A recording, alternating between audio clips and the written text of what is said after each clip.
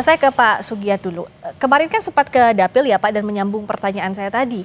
Jadi koordinasi di lapangannya seperti apa? DPR mendesaknya seperti apa? Karena kan lagi-lagi kalau seperti ini pemerintah daerah dan pusat harus bergerak bersama.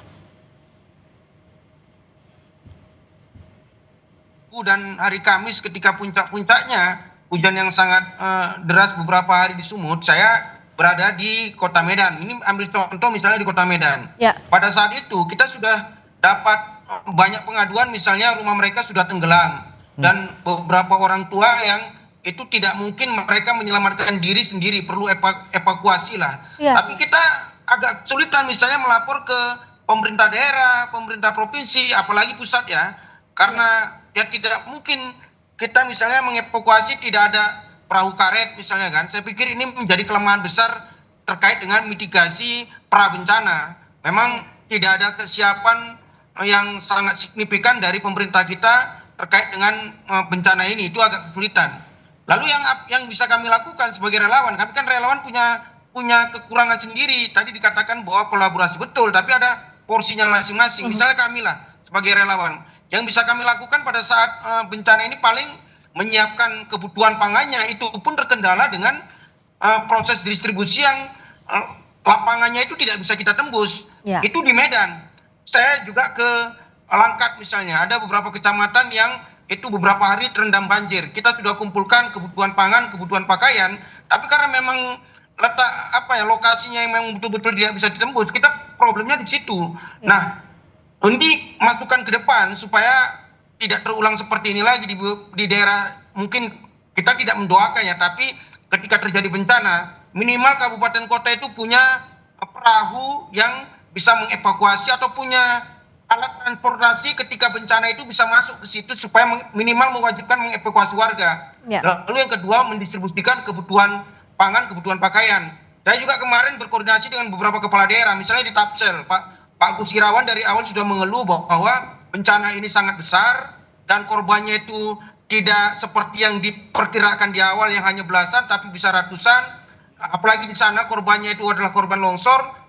Proses evakuasinya sangat terkendala ketika tidak ada dukungan peralatan yang memadai. Saya pikir izin yang punya kemampuan untuk itu, saya pikir dalam konteks institusi negara itu seperti BNPB, Basarnas tadi dikatakan, juga TNI.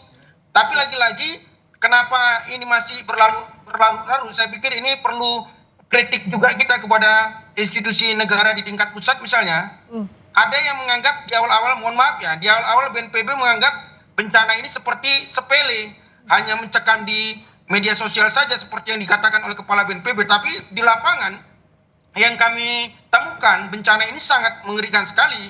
Baik. Itu di Medan, Deli Serdang, apalagi Tapeng Sibolga, dan satu kali lagi Langkat itu perbatasan dengan Aceh Tamiang. Sampai ini Aceh Tamiang itu belum terakses apapun, padahal daerahnya sudah luluh lantah. Saya pikir itu. Ya, Pak Victor bisa dijawab tadi evaluasi catatannya dalam penanganan bencana. Ya, sebetulnya ketika kita melihat hal ini berkali-kali Pak Sugiyatno mengatakan mitigasi. Kalau kita mau mengevaluasi sebetulnya setiap daerah itu kalau sudah tahu tadi saya katakan ancaman bencananya dan resikonya apa, seharusnya sudah punya namanya rencana kontingensi. Rencana kontingensi itu artinya sudah tahu berapa perahu karet yang mereka miliki, berapa personel yang dimiliki. Jadi kalau mau mengevaluasi itu kan berdasarkan rencana. Kalau tidak ada rencana kita nggak bisa evaluasi ya.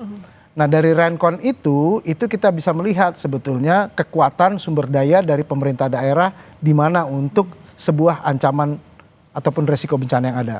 Dan kita juga BNPB sudah punya yang namanya IRBI, Indeks Resiko Bencana Indonesia. Dan bahkan setiap orang sudah bisa juga mengakses, sekarang sudah ada aplikasi yang namanya Inaris. Dia tahu lokasi itu ancamannya apa. Tetapi memang kalau yang ini anomali menurut Kepala BMKG, memang seharusnya early warning system itu sudah menjadi catatan yang luar biasa di garis bawahi, kalau bisa di stabilo, dilakukan laporan oleh kepala daerah. Sehingga harus sudah menyiapkan dari awal. Nah itu Rencon. Dari Rencon ada rencana operasi. Kita kemudian mengevaluasi dari rencana operasi juga. Rencana operasi inilah yang kemudian membuat kita, oh ini memang yang harus kita lakukan. Ini yang tidak. Nah selain itu kita juga punya berbagai macam model untuk kalau Pak Sugiyatno mengatakan berbagai macam. Itu ada yang kita namanya penilaian ketangguhan desa. bahkan turun sampai ke desa, Mbak. Artinya itu kita ada juga katalog ketangguhan. Nah ini harusnya referensi ini sudah cukup. Bisa dilakukan, tetapi bagaimana kita mempunyai pengetahuan, kita sudah punya melakukan apapun juga, bagaimana mengimplementasinya untuk membangun ketangguhan masyarakat di mana seorang kepala daerah bertanggung jawab. Ini amanat Undang-Undang Dasar 45, melindungi tanah tumpah darah, dan sudah tentu level ke atas provinsi dan pemerintah pusat mendukung dan kemudian mensupport sebisa mungkin untuk membangun ketangguhan itu. Terakhir Pak Dodik, agar ini tidak berulang, sebenarnya kan pertanyaan banyak pihak, bisa atau tidak fungsi lingkungan ini dikembalikan? Kalau melihat kerusakannya saat ini sudah terlihat masif. Ya, jadi itu tergantung dari kondisi lingkungannya sendiri. Jadi lingkungan itu punya namanya tolerance ya, ada namanya limits. Kalau dia sudah melewati batas irreversible tentu saja sangat sulit untuk dikembalikan. Tetapi begini intinya sebetulnya, dalam tata kelola lingkungan ini yang harus kita perbaiki khususnya di Indonesia itu kita jangan berlandaskan pada asumsi-asumsi umum. Jadi seringkali kita membuat peraturan tentang lingkungan itu dasarnya itu umum. Kayak misalnya nggak boleh nebang pohon 50-100 meter di bantaran sungai, kiri kanan sungai. Itu kan aturan umum. Padahal kalau lokasinya di hulu jangankan 50-100 meter, mungkin 1-2 meter saja kan berbahaya kalau lokasinya di hulu. Tapi sebaliknya kalau di hilir mungkin kita bisa nemu kompleks perumahan yang namanya riverside. Ya. Riverside itu kan bibir kali. Gitu ya. Nah ini sama dengan di Venice, di Amsterdam atau mungkin di Jakarta, itu yang paling penting drainase. Nah yang kedua terkait dengan sanksi hukum sebetulnya supaya tidak terulang lagi ya, itu menurut saya ini sedikit masukan. Kalau menurut saya sebetulnya sanksi hukum lingkungan yang efektif itu bukan dari besarnya nilai denda yang ratusan triliun ya, yang banyak diantaranya tidak bisa dieksekusi. Tapi kalaupun bisa dieksekusi, kalau itu bentuknya adalah PNBP, dia tidak digunakan atau sulit digunakan untuk pemulihan lingkungan. Padahal itu harusnya dilakukan untuk pemulihan lingkungan. Sehingga kita kembalikan lagi ke undang-undang bahwa sebetulnya sanksi lingkungan yang utama itu adalah tindakan tertentu namanya. Tindakan tertentu berupa pemulihan lingkungan. Jadi kalau ada denda dan sebagainya, alokasikan ke sana, sedangkan yang lain-lain sifatnya pidana, mungkin bisa kurungan dan sebagainya. Saya rasa itu yang harus kita dahulukan ya, pemulihan lingkungan. Pemulihan lingkungan dilakukan. Sekarang kita sepakat bahwa yang harus ditangani terlebih dahulu adalah korban, manusianya. Betul. Tapi evaluasi setelah ini harus wajib dilakukan agar tidak berulang lagi. Terima kasih Pak Victor, terima kasih Pak Dodik, terima kasih juga Pak Sugit sudah hadir di Sapa Indonesia Malam.